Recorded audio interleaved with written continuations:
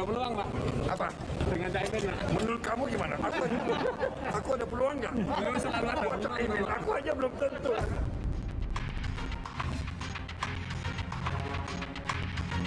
Saya akan lanjutkan untuk mewawancarai sosok yang paling mengetahui terkait rencana deklarasi Capres pertama kalinya untuk pemilu 2024, yakni Prabowo Subianto. Ikuti saya, saudara. Jadi, akan mendeklarasikan dalam waktu dekat. Ya kalau dari internal kader Partai Gerindra dari semua kalangan semuanya ingin Pak Prabowo maju. Nggak ada nama lain. Tidak ada nama lain, hanya Prabowo Subianto, tim tunggal. Kalau Pak Prabowo mau nanti. Kan belum dijawab. Saya punya keyakinan beliau maju. Wakilnya siapa? Nah ini. Saudara, tanda-tanda deklarasi Capres Partai Gerindra akan diisi oleh nama atau sosok Prabowo Subianto sudah tampak karena sejumlah daerah, terutama diinisiasi oleh DPD Partai Gerindra Jawa Barat, telah mendeklarasikan Capres Prabowo Subianto dan diikuti oleh sejumlah daerah lainnya. Berikut ini. Dengan ini menyatakan sikap bersama atas nama kader Partai Gerindra se-Jawa Barat. Kami mohon Bapak Haji Prabowo Subianto bersedia dicalonkan sebagai calon Presiden Republik Indonesia pada pemilihan Presiden tahun 2024.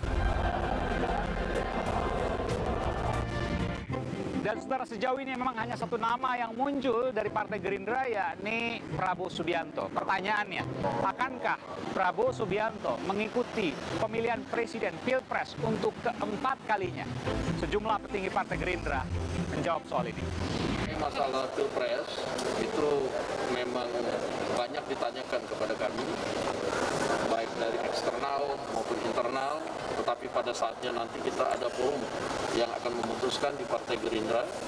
Tetapi desakan dari internal memang kuat untuk Pak Prabowo maju lagi. Saudara, memang tampak hari ini 14 Februari 2022, persis 2 tahun dari sekarang akan digelar pemilihan presiden dan pemilu legislatif. Terkesan 2 tahun lama, tapi prosesnya banyak yang belum tahu akan dimulai tahun 2022 ini. Dan saudara, proses akan berlanjut di tahun 2023 di mana nama Capres dan Cawapres harus disetorkan secara resmi pada bulan September 2023. Pemungutan suara untuk pemilu 2024 akan dilakukan pada awal 2024, yakni 14 Februari 2024. Dan bila ada putaran kedua Pilpres, akan dilanjutkan pada pemungutan suara pada tanggal 12 Juni 2024 atau 4 bulan kemudian.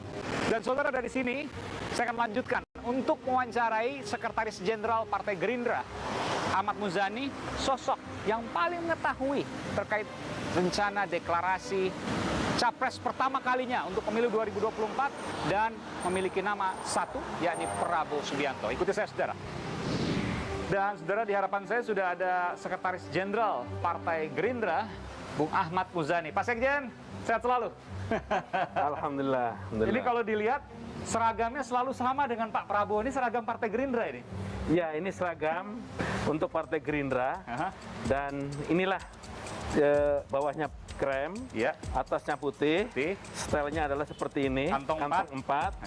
Kalau untuk suasana formal lengan panjang. Oke. Kemudian untuk suasana biasa lengan pendek. Lengan pendek. Ya, desain ini adalah desain yang diciptakan langsung oleh Pak Prabowo, termasuk warnanya. Oke. Dan yang paling membedakan dengan partai lain, Mas Aiman, kita adalah satu-satunya partai yang tanpa logo partai. Oke. Apa itu artinya? Apa artinya? Kita ingin bahwa semua seragam putih dan krem itu merasa dirinya bagian dari Gerindra.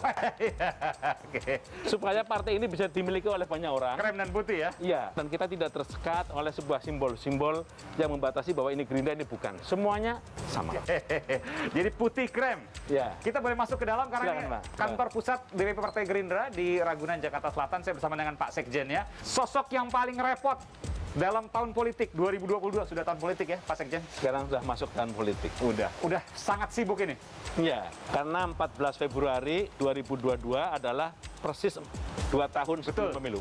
Betul. Ya. Dan baru kemarin ulang tahun, tapi nggak banyak diantaranya Pak Sekjen yang diundang, termasuk juga orang yang selalu kritis terhadap pemerintahan Pak Jokowi, Pak Fadlizon, Bung Fadlizon. Jadi semuanya ada di Partai Gerindra. Dari yang kritis sampai yang mendukung, semuanya ada. Semua warna pun ada. Fadli pun mendukung Pak Prabowo dan Pak Jokowi juga. Oke, baik. Bahwa kita dapat memperingati hari jadi kita yang ke-14 dalam keadaan yang sangat sederhana karena keadaan bangsa dilanda wabah pandemi COVID-19.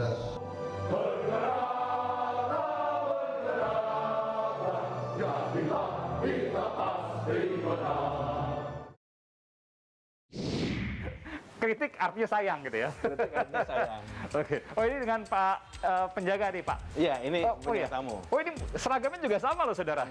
Betul ya? Iya. Ini boleh keluar Pak, putih sebentar Pak, krem. izin Pak. Bahkan sampai petugas keamanan pun sama ya? Ya, beginilah. Ini kalau kita ke Senen, tanya aja.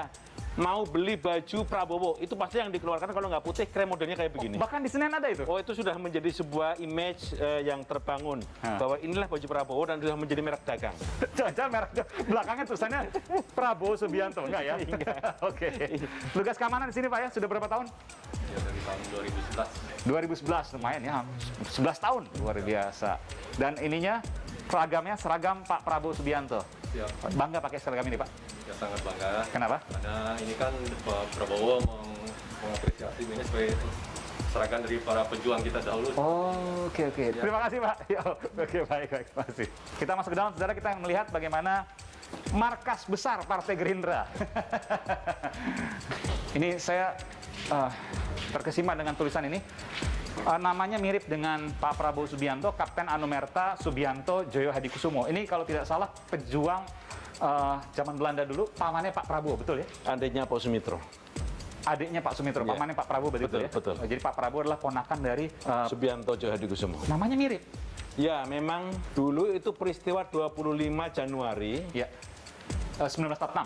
46. Ya. Jadi Kapten Subianto Ya. bersama dengan adiknya Suyono, Ya. terus di bawah komando dan Mogot melakukan pelucutan senjata tentara Jepang di Lengkong Serpong. yang sekarang jadi PSD kawasan itu. Oke, Tangerang Selatan. Nah, Oke. pelucutan senjata itu menimbulkan kontak senjata Aha. dan kemendadakan serangan dari pihak Jepang Aha. yang menyebabkan para prajurit-prajurit muda kita di bawah pimpinan dan Mogot tidak siap gugur. Akhirnya menimbulkan banyak pejuang-pejuang kita yang gugur. Itulah yang kemudian disebut dengan peristiwa Lengkong. Di antara yang gugur adalah Dan Mogot, Subianto Joyo Hadikusumo, dan adiknya Suyono Joyo Hadikusumo. Oh, itu semua pamannya Pak Prabowo? Dua orang ini adalah adik Pak Mitro dan pamannya Pak Prabowo. Oke. Ketika Pak Mitro Iya. begitu besar kehilangan dua adiknya laki-laki, beliau bertekad suatu hari nanti kalau saya dan keluarga ditakdirkan memiliki anak laki-laki, dia akan mengabadikan nama adiknya menjadi nama. Maka kemudian ketika anaknya lahir laki-laki, lahir anak yang ketiga, diberi nama Prabowo Subianto. Lahir lagi adiknya Pak Prabowo, laki-laki lagi. Lahirlah Pak Hashim. Hashim, maka disebut Hashim Suyono. Ini adalah catatan puisi yang ditemukan dalam saku Subianto Ya. ketika dalam kondisi gugur, rupanya almarhum telah menuliskan pesan ini. Nggak ada yang tahu sebelumnya, setelah Tidak ada yang kemudian tahu. gugur, dikeluarkan dari sakunya, Iya. baru keluar tulisan ini. Inilah yang ternyata. Oke, saya bacakan ini saudara. Kita tidak sendirian. Beribu-ribu orang bergantung pada kita.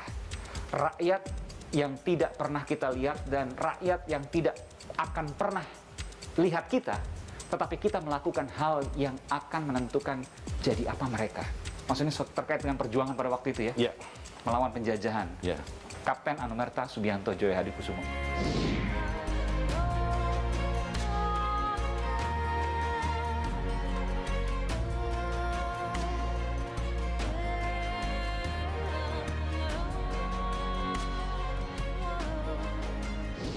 Kita izin masuk dalam, Pak Sekjen?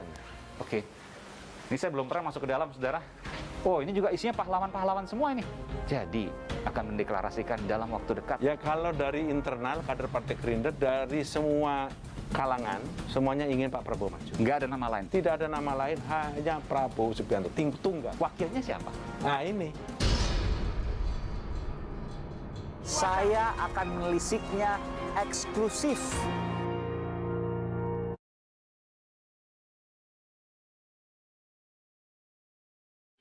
Mama masih anget. Kok kurang toleransi sih? Manis-manis semua. Kan kecapnya, mayonesnya, nasi uduk shiratakinya, semuanya Tropicana Slim. Untung ada Tropicana Slim.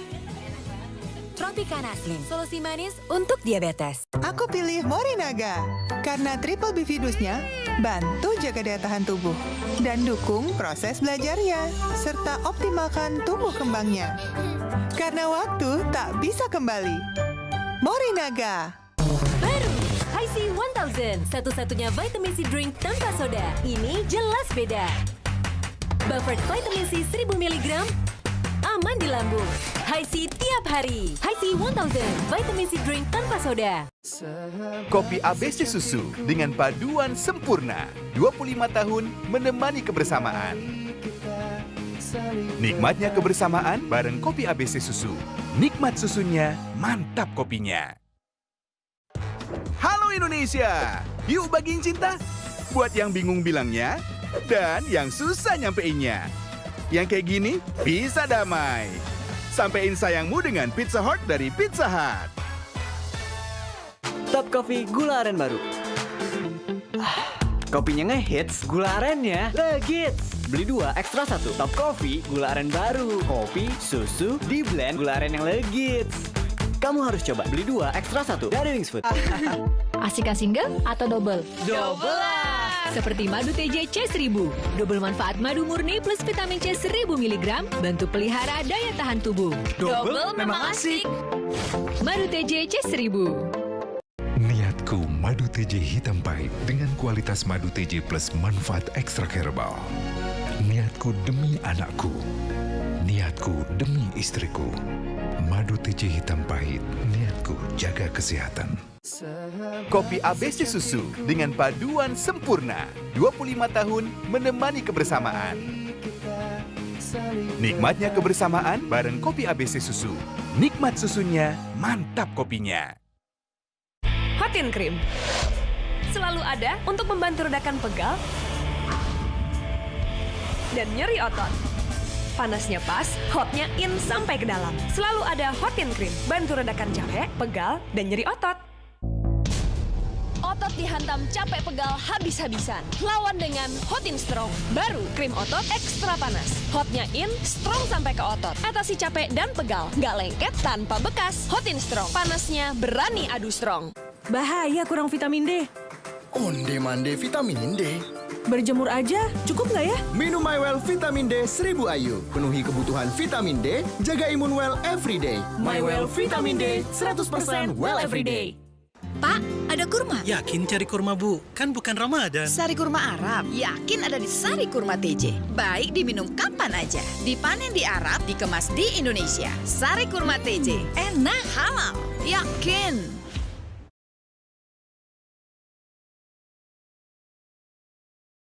Saya akan melisiknya eksklusif.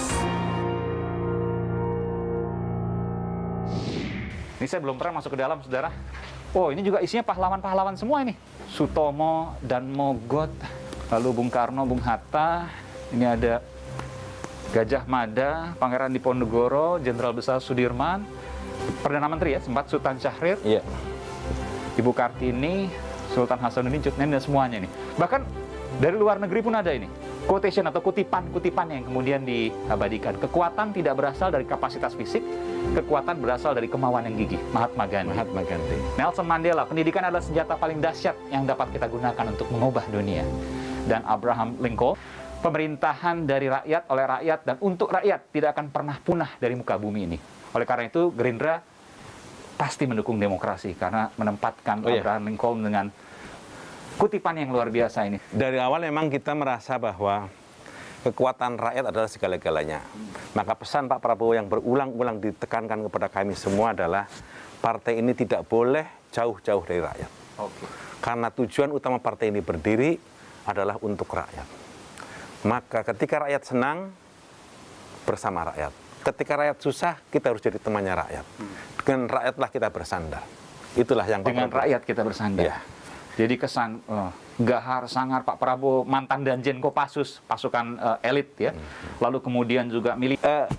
Sesungguhnya kami meyakini bahwa proses bernegara, proses berbangsa akhirnya adalah proses pengambilan keputusan politik. Keputusan politik dari seorang pemimpin tidak boleh salah, karena jika keputusan politik dari seorang pemimpin itu salah, maka korbannya adalah rakyat. Ketika Pak Prabowo melakukan penegasan dengan intonasi, dengan gerakan, misalnya Prabowo ingin menekankan bahwa betapa keputusan politik itu menjadi penting untuk menentukan nasib kita ke depan. Terkait juga dengan Pak Prabowo yang hendak menjadi capres. Terkait juga dengan banyaknya fitnah kepada Pak Prabowo. Banyak fitnah kepada Pak Prabowo? Ya, beliau kan... Kita akan geser ke sana, boleh? Oh, boleh.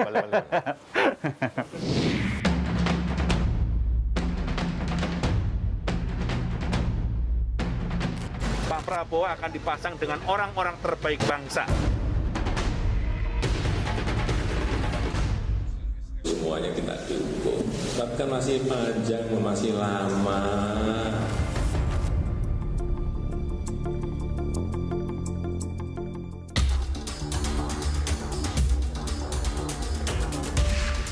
Prabowo Subianto, hampir 2 dekade berpolitik, kerap menempati posisi teratas survei. Dia 3 kali maju menjadi capres-cawapres. Namun, takdir belum menempatkannya pada kursi tertinggi pemimpin negeri. Cerah? Ada peluang, Pak. Ada peluang, Pak. Apa? Untuk dengan Caimin, Pak. Menurut kamu gimana? Aku ada peluang nggak? Belum selalu ada. Aku aja belum tentu. Terima kasih, Pak Prabowo. Walau mantan Komandan Jenderal Pasukan Khusus TNI Angkatan Darat Kopassus ini berkelit, kader Partai Gerindra tampak mantap. Mereka kembali ingin memajukan Prabowo menjadi pemimpin nomor 1 Indonesia.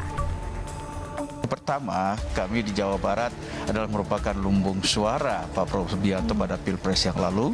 Kemudian juga Gerindra di Jawa Barat juga memenangkan dalam pileknya, dan insya Allah melihat struktur kami yang sudah tertata dengan baik, maka kemudian saya kira kita tidak punya pilihan lain untuk kembali meminta Pak Prabowo Subianto sebagai calon presiden 2024.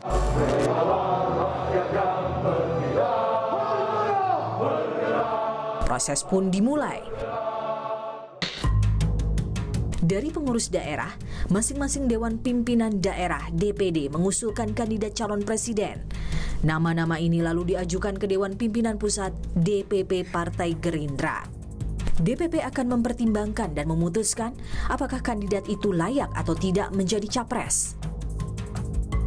Sejauh ini, nama Prabowo Subianto hanya satu-satunya yang disebut, tak ada nama lain. Lalu kapan Gerindra akan mengumumkannya? Kita menunggu dulu mungkin dari tahun depan, di awal tahun 2022, insya Allah. Bagaimana respon pihak Prabowo?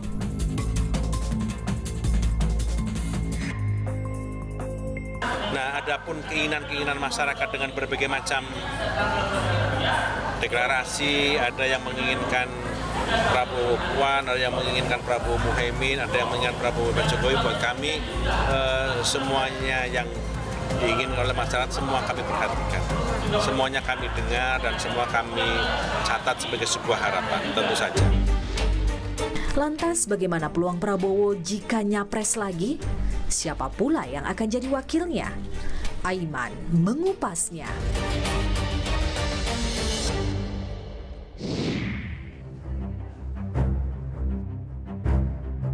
Dan ini semua ya, jati diri Partai Gerindra, sumpah kader Partai Gerindra. Ini mirip-mirip sumpah prajurit dan Sabta Marga.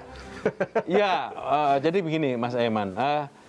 Dalam setiap acara resmi Partai Gerindra dan dalam setiap kantor perjuangan atau kantor sekretariat Gerindra di DPP, di DPD, di DPC, yang ditekankan oleh Pak Prabowo adalah memasang gambar tokoh-tokoh pahlawan kita. Yang ingin kita sampaikan kepada kader kita adalah bahwa negara ini, kita semuanya bisa seperti ini karena jasa mereka. Yang harus kita ambil adalah contoh dari perjuangan mereka. semangat mereka. Maka kita semua adalah pejuang politik. Pejuang politik itu adalah satu upaya yang mendedikasikan seluruh pikiran, tenaga, dan kemampuan yang kita miliki untuk kemaslahatan rakyat, untuk kemaslahatan bangsa dan negara melalui jalur politik. Jadi pertanyaan saya, jadi akan mendeklarasikan dalam waktu dekat, dan pertama kali, belum ada yang mendeklarasikan, Pak Prabowo akan mendeklarasikan pertama kali sebagai capres, karena daerah sudah mengangkat nama Pak Prabowo. Ya kalau dari internal kader Partai Gerindra, dari semua kalangan, saya hampir sudah keliling ke semua kalangan, semuanya ingin Pak Prabowo maju. Nggak ada nama lain? Tidak ada nama lain. Tidak ada nama lain, hanya Prabowo Subianto, tunggal Prabowo Subianto. Ya. Kalau Mas Aiman tanya, Pak Prabowo-nya mau nggak? Sesungguhnya Pak Prabowo itu kalau ditanya, pribadinya ingin ngaso. Pernah nanya, Pak Sekjen? Saya berapa kali nanya, pribadinya ingin tanya ngaso. Boleh dialog imajiner pada waktu itu. Seperti apa, Kak? Saya bilang, saya kan kalau panggil beliau Mas ya. Iya. Mas, saya ini kalau ditanya, saya pengen ngaso, saya kan manusia biasa. Istirahat ya? Pengen istirahat. Tapi apa yang terjadi? Suasana kita menuntut beliau harus tetap tampil dalam kepemimpinan Republik. Itu yang Anda sampaikan. Itu yang saya sampaikan. Suasana itu juga yang ditangkap oleh beliau. Bahkan setelah kita masuk dalam pemerintahan Jokowi Ma'ruf Amin seperti sekarang ini, Mas Aiman, kita merasa pembangunan jalan tol yang begitu panjang ribuan kilometer, begitu banyak pelabuhan, begitu banyak bandara, pusat-pusat industri, ini harus menjadi sebuah kekuatan kita untuk dilipat gandakan menjadi sumber-sumber kemakmuran rakyat. Dan jawaban Pak Prabowo ketika ada desakan dari bawah untuk Pak Prabowo menjadi capres Partai Gerindra, jawaban Pak Prabowo adalah? Ini yang sedang kita tunggu. Ini yang sedang kita tunggu. Belum dijawab oleh Pak Prabowo. Dia belum jawab, tapi saya setiap ke daerah, saya setiap ke kampung-kampung, saya setiap ketemu tokoh, saya setiap ketemu para ulama, para kiai, saya lapor kepada beliau, saya sampaikan salam hormat dari kiai ini, dari DPC ini, DPD ini, semuanya dia bilang, beliau berharap Pak Prabowo sehat, panjang umur, bisa memimpin bangsa, beliau berharap Pak Prabowo maju, dan berapa kali saya sampaikan kepada beliau, kadang beliau menitikan air mata. Sampai beliau mengatakan, saya belum berbuat apa-apa untuk mereka-mereka yang berharap banyak kepada diri saya. 3 kali pilpres, 1 cawapres, 2 capres. Kalau seandainya jadi, asumsi saya pasti juga capres, tidak mungkin cawapres. Yakin 2024 ini adalah waktunya Pak Prabowo untuk menang? Saya merasa inilah waktu yang tepat beliau menjadi presiden. Kenapa? Hitung, gradasinya naik terus. 2009 beliau wakil presiden. Ya. Dengan posisi Ibu Mega calon presiden menghadapi Pak SBY ketika itu. 2014 beliau calon presiden bersama Hatta Rajasa menghadapi Pak Jokowi. Posisi 2019 beliau lebih kuat dibanding 2014. Dari sisi? Dari sisi semuanya kan, dukungan apa segala macam. Angka pun. Ya segala macam kan. Kemudian saya merasa di 2019 posisi beliau sekarang ini dalam popularitas, elektabilitas masih cukup tinggi. Kemudian dengan modal sebagai Menteri Pertahanan, dengan kinerja terbaik, popularitas terbaik. Sehingga saya merasa itu semua menjadi modal utama kami. Yang terakhir tentu saja modal partai yang sangat solid, tambah kuat, dan kita punya pengalaman dari pemilu ke pemilu. Itu yang menyebabkan saya punya keyakinan 2024 beliau akan terpilih. Kalau Pak Prabowo mau nanti. Kan belum dijawab.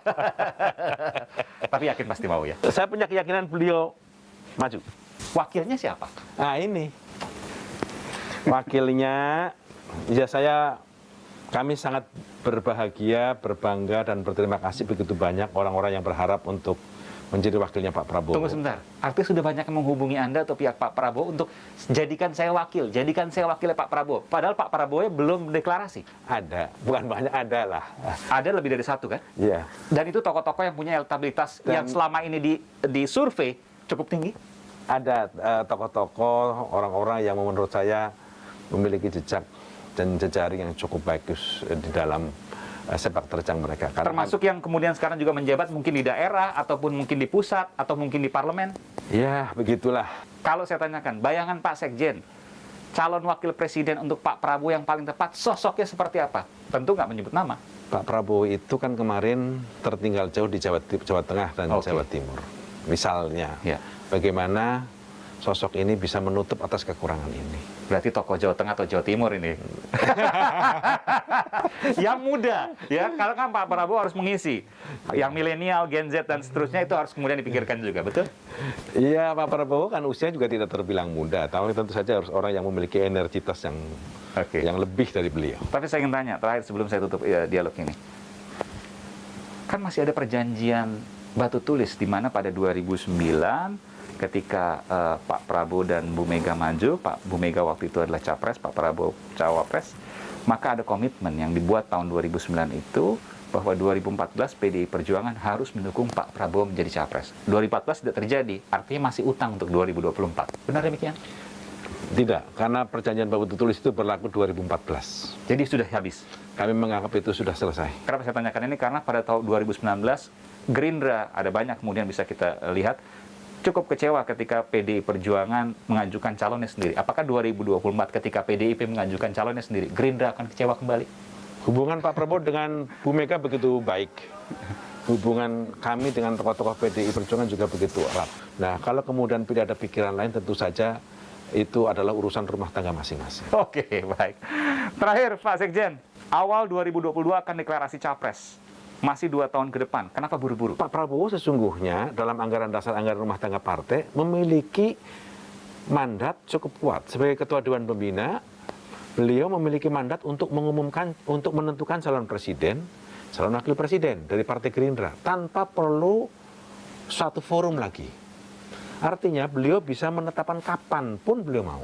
Cuman sebagai seorang yang demokratis, beliau itu dalam hal mengambil keputusan politik sering memanggil anggota Dewan Pembina untuk dimintain pandangannya. Setelah itu beliau ambil keputusan. Ini yang sedang kita tunggu adalah beliau memanggil para Dewan Pembina, di mana saya salah satunya, untuk mengambil keputusan. Setelah itu nanti akan diumumkan melalui sebuah deklarasi. Keyakinan saya tahun ini. Dan kelihatannya tidak akan lama lagi. Mudah-mudahan. Kita tunggu nanti dan kita cermati sama-sama. Terima kasih. Mas Iman, terima kasih. Sekretaris Jenderal Partai Gerindra. Terima kasih. Bung Ahmad Muzani, terima kasih.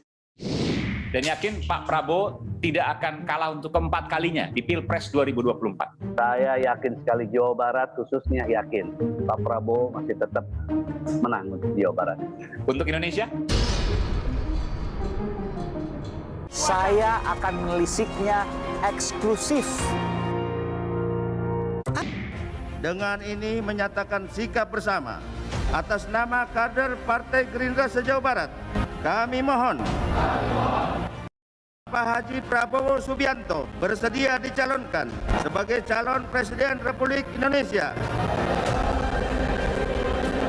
pada pemilihan Presiden tahun 2024. Saudara, Dewan Pimpinan Daerah DPD Partai Gerindra Jawa Barat adalah daerah di Partai Gerindra yang pertama kali mendeklarasikan Prabowo Subianto sebagai capres mereka untuk 2024. Dan mereka kini sedang menggalang gerakan-gerakan juga di daerah lain, Partai Gerindra tentunya, untuk mengusung Prabowo Subianto. Saya bersama dengan Wakil Ketua Umum DPD Partai Gerindra Jawa Barat, Bung Arif Hamid Rahman. Bung Arif, sehat selalu? Sehat selalu. Ini lagi keliling-keliling, saya dengar nih, bukan di Bandung kan, base camp-nya, markasnya di Bandung. Sekarang lagi bukan di Bandung nih, untuk keliling-keliling. Kita masih keliling-keliling karena masih banyak tugas. Masuk juga untuk menyosialisasikan Prabowo Subianto sebagai capres Partai Gerindra. Ya itu udah pasti. Kita lagi konsolidasi. Oke. Karena kita memang punya suara terbesar ya untuk menyumbang Pak Prabowo gitu ya di Jawa Barat ini. Kami tidak mau kehilangan momen ini. Makanya kami terus tinjau terus para kader-kader ya, supaya memang momen-momen 2019 itu kita minimal bertahan dan kita berharap bertambah lagi. Makanya mulai dari sekarang kita sudah mulai bergerak. Setiap kader-kader sudah mulai bergerak. Kenapa cuma satu nama, Pak Prabowo Subianto? Kader itu masih percaya bahwa untuk hari ini Pak Prabowo yang masih layak. Karena 4 kali Pilpres. Iya, 4 kali Pilpres dengan 2024. Yakin bahwa 2024 ini adalah momennya. Kalau orang Jawa bilang, wis wayahe, sudah waktunya. Ya, kalau saya sebagai kader tentu yakin sekali. Karena masih banyak harapan-harapan masyarakat khusus di Jawa Barat itu masih berharap bahwa Pak Prabowo itu menjadi presiden. Ini yang kami rasakan di arus bawah tentunya khusus di Jawa Barat. Di Jawa Barat, kita tahu bahwa Partai Gerindra paling besar dari seluruh Indonesia, pendapatan suaranya ada di Jawa Barat ya? Jawa Barat ya. Berapa juta orang di sana, Kang? Untuk 2019 itu kita di 16 juta. Dari jumlah pemilih 27, ya masyarakat Jawa Barat itu 16 juta lebih ya memilih Pak Prabowo. 16 juta dari 27 juta, luar biasa nih ya. Ya. Lebih Ya, dari memang- 50% ini. Ya, lebih dari 50%. Kalau Jawa Barat ini kan fluktuatif. 2014 yang unggul PDI Perjuangan. 2019 Pak Prabowo Subianto dengan Partai Gerindranya. Kan bisa jadi 2024 juga partai atau capres yang lain. Jadi dari mana Anda punya keyakinan begitu dalam, percaya diri bahwa rakyat Jawa Barat mayoritas itu menghendaki Pak Prabowo Subianto? Ya, memang keunikan di Jawa Barat tidak ada satu partai yang menjadi pemenang 2 kali, tidak ada. Ini keunikan Jawa Barat. Nah, memang setelah 2009 ada Demokrat, terus diambil sama 2014 PDIP dan 2019 oleh Gerindra.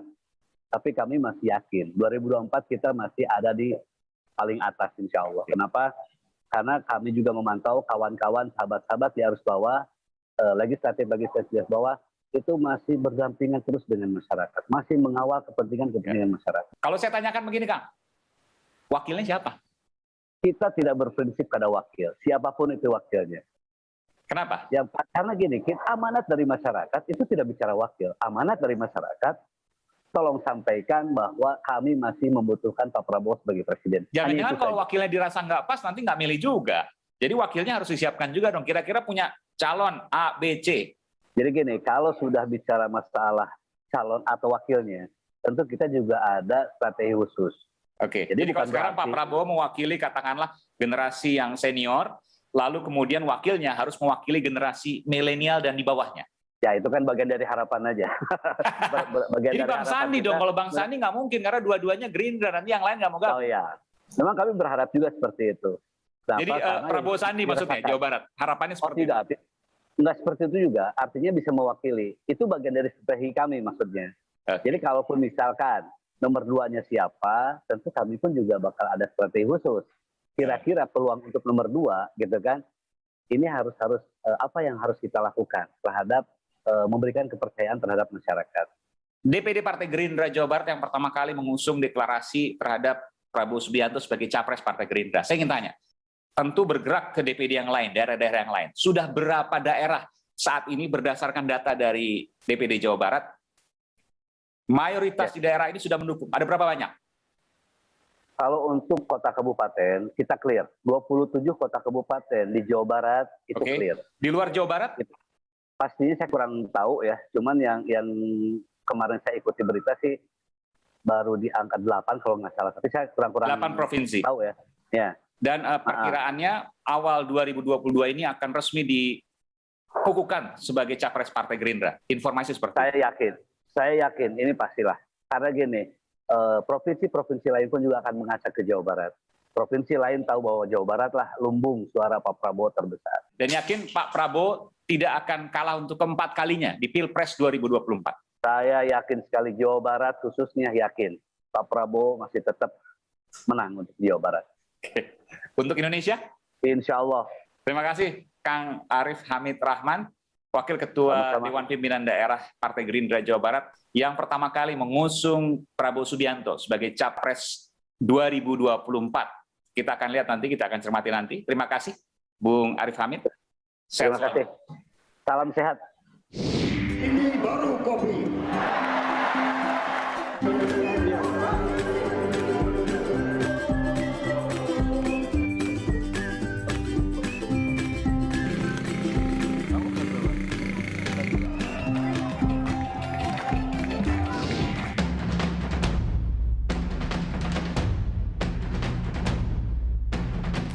Pak Prabowo akan dipasang dengan orang-orang terbaik bangsa.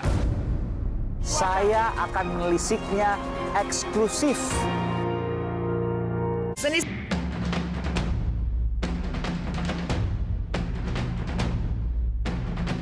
Pak Prabowo akan dipasang dengan orang-orang terbaik bangsa. Semuanya kita dukung. Tapi kan masih panjang, masih lama.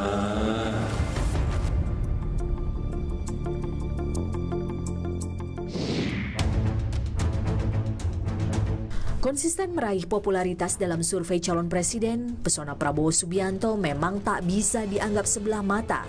Politisi senior ini selalu mantap bertengger di posisi 3 besar.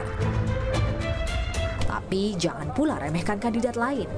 Bisa jadi merekalah kuda hitam yang tiba-tiba bisa mencuat ke permukaan. Pada survei tingkat keterpilihan alias elektabilitas capres oleh Indikator Politik Indonesia di awal tahun ini misalnya, Prabowo Subianto memang menempati posisi pertama. Namun, ia harus berhadapan dengan kandidat yang kekinian. Gubernur Jawa Tengah Ganjar Pranowo, bintang di media sosial, menempati posisi kedua. Gubernur DKI Jakarta Anies Baswedan yang selalu jadi pembicaraan ada di posisi ketiga. Posisi keempat ditempati putra Presiden ke-6 SBY, Agus Harimurti Yudhoyono. Di posisi kelima dan keenam, Gubernur Jawa Barat Ridwan Kamil serta Menteri Pariwisata dan Ekonomi Kreatif Sandiaga Uno. Jika para kandidat ini dipasangkan, maka pasangan Capres-Cawapres terkuat menurut hasil survei adalah urutan pertama muncul jika Prabowo Subianto disandingkan dengan Gubernur DKI Jakarta Anies Baswedan. Dua sosok ini dianggap power couple alias pasangan terkuat. Sementara itu, jika Prabowo dipasangkan dengan Ketua DPR Puan Maharani, justru angkanya turun drastis. Dalam survei, bahkan menempati pasangan dengan urutan terakhir. Muncul pula simulasi dengan nama-nama populer, yakni Ganjar Pranowo, Anies Baswedan, yang coba dipasangkan dengan nama lain yang juga punya posisi keterpilihan tinggi, yakni Agus Yudhoyono hingga Sandiaga Uno.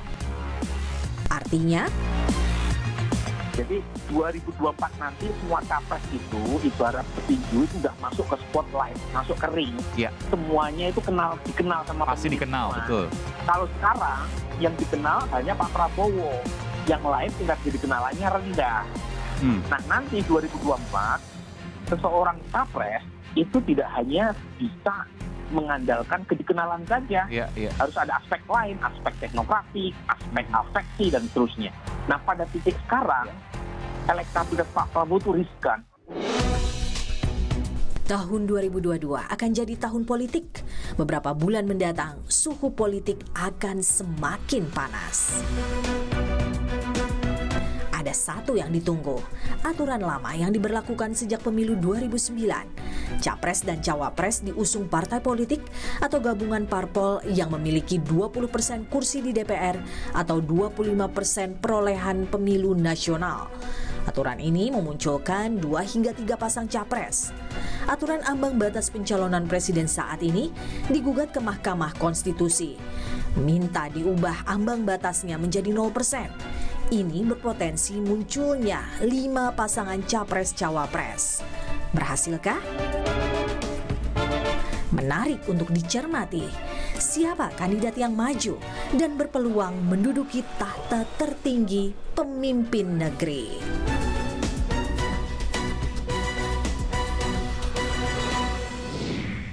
Saudara, untuk membaca fenomena apa yang terjadi ke depan sampai menuju ke Pilpres 2024, saya mencoba menerjemahkannya bersama Direktur Eksekutif Lembaga Survei Carta Politika, Yunarto Wijaya. Bung Toto, sehat selalu. Salam sehat, Mas Aiman. Jadi 2022 ini akan banyak kejutan-kejutan politik terkait dengan 2024. Ya, the election comes early harus diakui ya, karena sebetulnya kan kalau kita lihat di semester kedua dari 2021, pemberitaan politik pun itu sudah dominasi tentang 2024. Penyebabnya kita tahu, karena kan memang lebih seru situasi ketika incumbent tidak bisa maju kembali, yang lebih bisa terbaca polanya, sehingga kemudian berlomba jauh-jauh hari memperkenalkan diri karena semuanya merasa punya peluang sekarang. 2022 menurut saya akan menjadi tahun politik yang lebih keras karena bukan tidak mungkin deklarasi-deklarasi dan gerakan yang sifatnya di darat yang sudah dimulai di udara di tahun 2021 akan terjadi. Potensi konflik politik termasuk soliditas dari koalisi akan diuji di 2022 juga.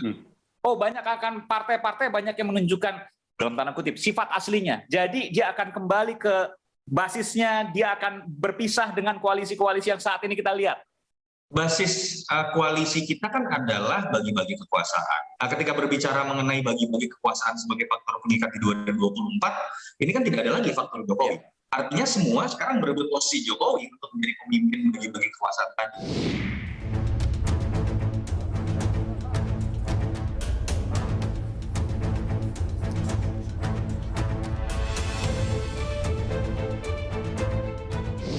Saya ingin tanya, tentu ini penting, tapi ini kan versi dari Carta Politika.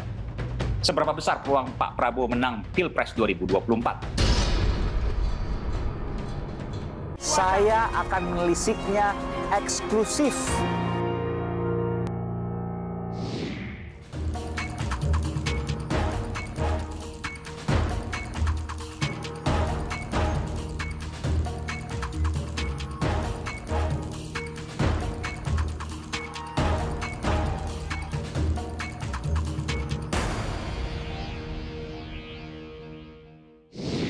Termasuk Pak Prabowo Subianto yang diperkirakan atau hampir bisa dipastikan, saya katakan begitu, akan mendeklarasikan diri sebagai calon presiden 2024 pertama kali dalam beberapa saat ke depan.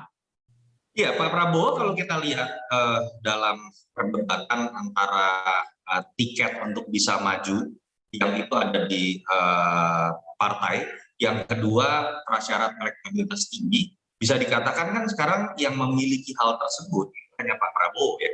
Dan kita tahu juga nama Pak Prabowo walaupun elektabilitas masih tinggi, tapi kan cenderungan dalam pemerintahan ini kan malah agak ketinggalan dibandingkan dengan nama-nama lain. Salah satunya menurut saya disebabkan oleh jabatan yang dipegang oleh beliau ini kan sektoral, tidak terkait dengan hal-hal yang sifatnya populer. Salah satu cara Pak Prabowo untuk mengejar ketertinggalan pemberitaan, namanya yang hilang dalam panggung pemberitaan selama 6 bulan terakhir, itu adalah dengan cara deklarasi. Saya ingin tanya, tentu ini penting, tapi ini kan versi dari Carta Politika. Seberapa besar peluang Pak Prabowo menang Pilpres 2024? Ya, Pak Prabowo kalau kita coba rangkum dari survei Carta Politika, katakanlah kemudian beberapa lembaga survei yang bisa dianggap kredibel, minimal bisa dikatakan ada peringkat 1 atau 2. Ini sebuah modal, tapi saya harus mengatakan klimaksnya sudah dilewati, jadi sekarang sudah menuju proses anti klimaks. Katakanlah beliau masih di peringkat 1 atau 2, tapi kalau kita mau jujur, pertama angka elektabilitas dari rilis survei itu tidak atau jauh di bawah dari perolehan suara Pak Prabowo 2014 dan 2019. Kedua, kalau kita lihat disebabkan oleh tingkat pengenalannya yang jauh lebih tinggi dibandingkan dengan calon-calon lain. Nah, ketika dengan tingkat pengenalan sangat tinggi, tapi kemudian elektabilitasnya bersaing dengan Ganjar Pranowo yang tingkat pengenalannya hanya 70%, itu bisa dikatakan sebuah kabar buruk. Karena nanti kan kalau sudah masa kampanye, rata-rata calon presiden ini kan tingkat pengenalan akan sama semua, minimal di atas 80%. Yang ingin saya katakan adalah ruang gerak Pak Prabowo itu lebih kecil untuk menaikkan elektabilitasnya dibandingkan Ganjar, Ridwan Kamil, lalu kemudian Agus Yudhoyono, yang praktis berimbang dengan Pak Prabowo itu hanya Sandiaga Uno di 90%-an, atau Mas Anies Baswedan yang tingkat pengenalan sudah di atas 85%. Jadi Pak Prabowo bisa dipastikan tidak akan bergabung bersama PDI Perjuangan karena masih ada bayang-bayang perjanjian batu tulis yang bakal menggema nanti, mungkin saja. Dan kalau kita bicara mengenai PDI Perjuangan dengan Gerindra, ada variabel taktis yang menurut saya agak sulit untuk dipenuhi ketika kita menggunakan pendekatan kekuasaan. Saya tidak bisa membayangkan PDI Perjuangan yang kalau kita lihat semua lembaga survei peringkat pertama, suaranya masih jauh di atas Gerindra, walaupun peringkat kedua, itu harus mengalah mendapatkan posisi calon wakil presiden saja. Pasangan inilah pasangan yang tidak akan mungkin terjadi di 2024, Prabowo Puan. Berkaca dari kepentingan partainya, saya pikir hampir tidak mungkin terjadi. Baik, Bung Yunarto Wijaya, terima kasih. Direktur Eksekutif Carta Politika. Terima kasih, Bung Toto, sehat selalu. Salam sehat. Saudara, kepastian calon yang akan memimpin Indonesia di masa depan akan ramai dan menjadi pembicaraan utama dalam beberapa hari ke depan. Semakin banyak, semakin baik bagi pemilih agar bisa dilihat, dinilai, dan akhirnya dipilih secara transparan. Siap-siap, tahun politik dimulai 2022 ini. Karena prosesnya dimulai dari sekarang dan tahun depan akan dipastikan nama calon presiden dan wakil presiden Republik Indonesia yang akan berlaga di pemilihan 2024. Saudara saya Aiman Wicaksono. Salam.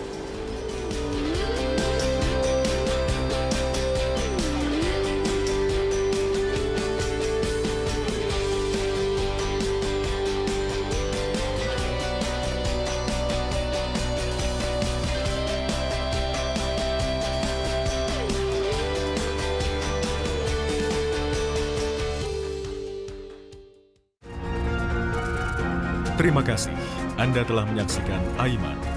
Didukung oleh